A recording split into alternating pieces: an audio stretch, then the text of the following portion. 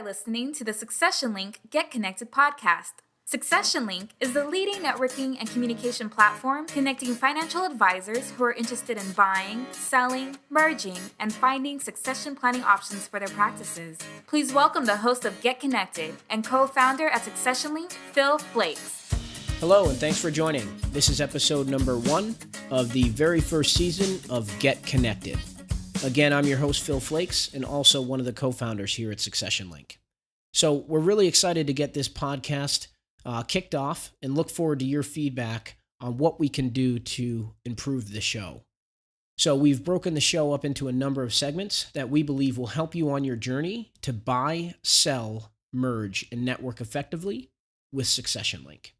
So first up is a segment called the Opportunity Spotlight.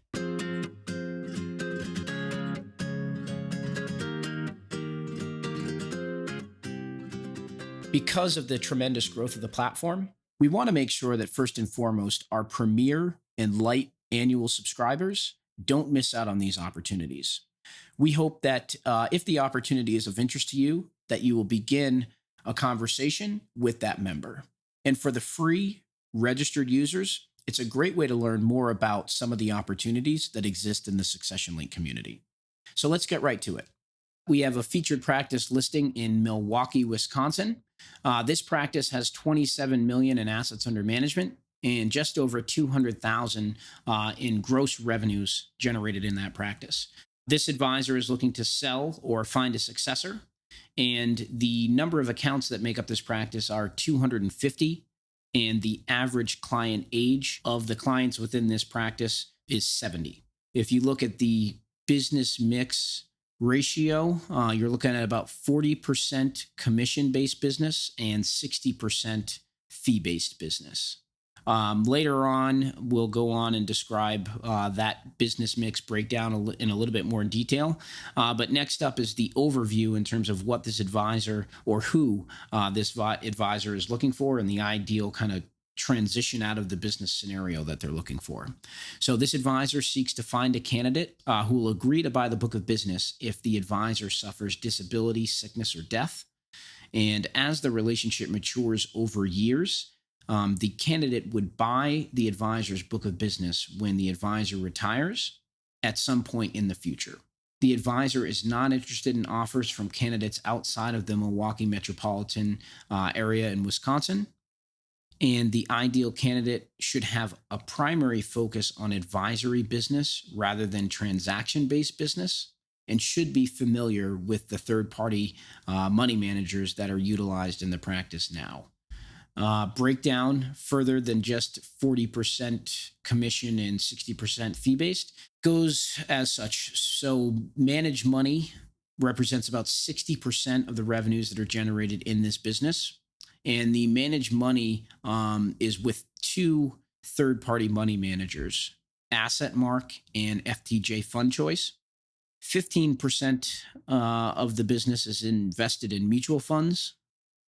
The next 15% is invested in annuities. And then the remaining 10% is pretty equally divided between insurance, alternative investments, and financial planning revenues. The custodian of choice for this practice is TD Ameritrade and AssetMark Trust. The mutual fund companies are American Funds and Principal Funds. The variable annuity companies are Allianz, Jackson National, Lincoln Financial Distributors, and Pacific Life. And then the technology solutions that are utilized in this practice, only one listed here is Riskalyze. The next featured practice listing comes to us from Fort Lauderdale, Florida, and this practice has $30 million in assets under management and has gross revenues of over $125,000. They are looking to either sell or find a succession plan, and we can go on to define the succession plan, criteria and what this advisor is looking for in a moment. But again, the location is Fort Lauderdale, Florida. The number of accounts looks like there's 100 accounts in this practice. And then the average client age is 60. 100% of this business is commission or transactional. And so in the overview, the advisor goes on to describe that they are looking to merge with an independent advisor initially. And so succession to this advisor means merging with an independent advisor and working together for 1 to 2 years. And after that time, the independent advisor would buy the book of business and would like the merger to take place immediately, keep books of business separate until the full merger takes place in the 1 to 2 years. Again, in that situation where the independent advisor that joins is buying the business. The ideal candidate will be based in Florida and will travel to Fort Lauderdale for meet and greets with the clients. The ideal candidate will also have at least 5 years of experience, possess some different licenses, not just your typical 7 and 63, 65, or 66. They're actually looking for a principal's license as well. They even go on to ask for Series 24. So the final criteria for this candidate is that the candidate should have familiarity with the municipal bond market, and this advisor is not considering offers outside of Florida unless the candidate that is looking to buy the practice is willing to relocate full time to Florida. Now, as for the business mix information, 15% of the business is in mutual funds, 15% in annuities, 20% is in alternative investments. And then what you'll see if you get to the practice inside of Succession Link is that it says 50% as other. That other in this case is going to be a combination of some stocks and bonds, but mostly muni bond sales make up that 50%. The clearing firm or custodian is NFS, National Financial Services. The mutual fund companies are American Funds and Franklin Templeton. The variable annuity companies are Prudential and Transamerica. And then the technology solutions are not listed here, but they are available upon request to the advisor for any candidate that is interested in finding out more information there. So for the remaining opportunities and practices, I'm going to give a little less information on each one in an effort to get through the entire list. The full details are on the Succession Link website, and we will include links to these opportunities in the show notes, so make sure to check those out. We have a featured practice listing with 7 million in AUM, and it's someone looking to sell their business in Pasadena, California. This practice, we're putting it out there as a featured listing and one that we think is unique simply for the fact that it's an advisor who's been kind of winding down the business over the past couple of years, and he is very motivated to find a buying advisor. Anytime that the time horizon has been identified as kind of first come, first serve, anyone who has an offer that is a strong offer, we want to make sure we bring some attention to an offering like that inside of the marketplace. So again, that's 7 million in assets under management, seller in Pasadena, California. Next practice is coming to us from Odessa, Texas, and it's 36 million in assets under management. Not too much more to say about this opportunity other than the fact that we like where it is geographically because obviously Texas is a hotbed for us in terms of practices. We also like the asset size. So looking at financial advisors that are on the buy side, we hear constantly that there's a strong interest for practices that are between 25 million and call it 100 million in AUM. And so this practice in Odessa certainly fits that parameter. So you'll want to make sure you check out that practice listing as well. Next on the featured practice listings this week is a practice with 21 million in AUM in Sacramento, California. Next, 80 million in AUM, and this is a seller that is in Alaska. So interesting to see a practice of that size. And I think one of the first practices that we've actually had in Alaska. So again, another reason why it's on that featured listing. And then one more in Pennsylvania. So Pennsylvania, it was a strong week in terms of introducing sellers to your market. So we have another practice with 15 million in AUM. And that practice is in Broadheadsville, Pennsylvania. So again, for anyone that is brand new to this segment of the podcast or even the podcast series, we will include a link to this practice listing in the show notes.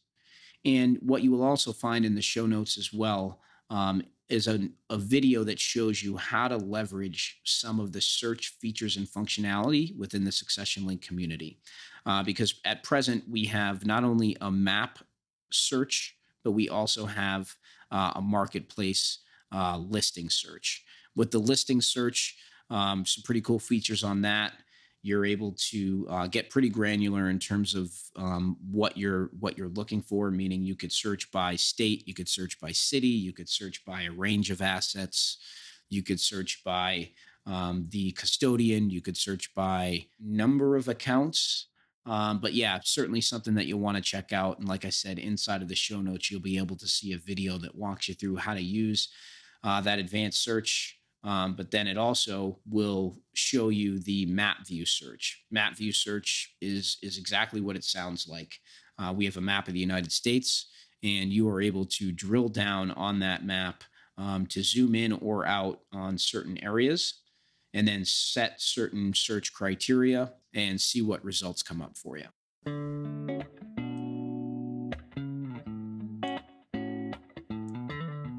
In the following interview, Phil Flakes, co-founder at Succession Link, interviews Chief Operating Officer Ben Seelaus at Granite Springs Asset Management. Hear about Ben's first-hand experience using the Succession Link platform to acquire a practice with $115 million in assets under management. Sounds like you guys were able to successfully acquire a practice on the platform. Yeah, so we are set to close. We have all the contracts signed and everything is all done. The actual close date is April 1st. So how did you originally find Succession Link? A couple of our other employees started to forward me your emails, basically advertising practices that were in our area. And so I joined up after reading a couple of those just to see what it looked like. And it ended up actually being very helpful. To switch gears then, what would you say was maybe the biggest surprise for you throughout the process? There hasn't really been any big surprises along the way. I think because both of us are doing this for the first time, there's an element of making it up as we go along. I've been surprised that we haven't hit more hurdles. A lot of what we went into it with was what do you want, rather than here's what we're trying to do, which, you know, I've read a decent amount about this, but more is kind of how we're structured. I think when the nature of his business is single proprietor, he's owned it for a long time. Those don't tend to be the people that are going to come in and have someone dictate terms to them. They've, basically been operating their own shop for a very long time. They haven't had a boss in 15 years, So we spoke to him at length about what was important to him and what he was trying to achieve through the deal before we put a structure in place. Great. Okay. So what I hear in that is just some notes are clear communication and flexibility. Would you say that those are two terms to sum it up? Yeah, I think that's right. And I think patience would probably be the last one, right? Because yeah, you just, all those things require patience. So if our lawyer sends something that doesn't look right, or if you're under the impression that the way something was said doesn't do this, or there are just various different parts where the whole thing could have blown up if somebody wasn't patient about it and took a deep breath and kind of reassessed and said, okay, well, let's get back to what we're trying to do. Yep, understood. And so within the first hour that you spoke to the seller that you had success with, you got into numbers, or was it you understood their motivation, what they were trying to do and why they were doing it? Was it just about the numbers, or was it about everything else that they also included in that 1 hour conversation in the beginning? No. So the numbers came with their profile to a certain extent, right? Like, yeah, he was listed, down to the million accurately. His revenue number proved to be, caught within 5% of what was posted on the site. And so those numbers gave me kind of a baseline of what he was talking about. It was the other stuff that we talked about in the first hour of the business. What are your concerns? What are you trying to achieve here? What's your structure? What type of products do you currently manage? One of the things that's really appealing to us about this particular acquisition is he's a predominantly equity-focused manager, while we're a predominantly fixed income-focused manager. So we had some nice synergies there. But I think if it definitely wasn't the first conversation, but very early on in the process, he was just very upfront and open about, here's what my book of business looks like. Here's how many clients. It's predominantly friends and family, or it's, I have these commingled products, and, here's what I do. And I had a very good understanding of his business almost from the outset. This thing took me 18 months from initial conversation to close. And I don't know that that's the wrong timeline. I definitely think we could have streamlined the process in certain places, but I don't think it's a 3-month process ever. And so maybe it's time to go back to the well and, start looking around again. Our area has a tremendous amount of small RIA practices, and we're looking to add, smart, hardworking, good people. Big thanks to Ben and his team over at Granite Springs Asset Management. It was really great to get a chance to speak with Ben and not only learn more about his firm, but also their first acquisition on Succession Link. So congrats again, Ben, and we certainly want to wish you continued success on the platform. For anyone who would like to hear the full-length version of that interview, just send us a note and we'll make sure to get a link sent out to you. A buyer's take on succession planning. There is no denying that succession planning is receiving increased attention at present, and rightly so, as all businesses need to have a succession plan in place. This helps to stabilize the future of their company, provide reassurance for the client, and it also assists in the sale of their financial advisory practice. Information and guidance regarding succession planning only seems to be available in terms of the financial planner who is selling their business. There seems to be minimal information on the buyer's perspective, which is why we have put this guide together. What are buyers looking for?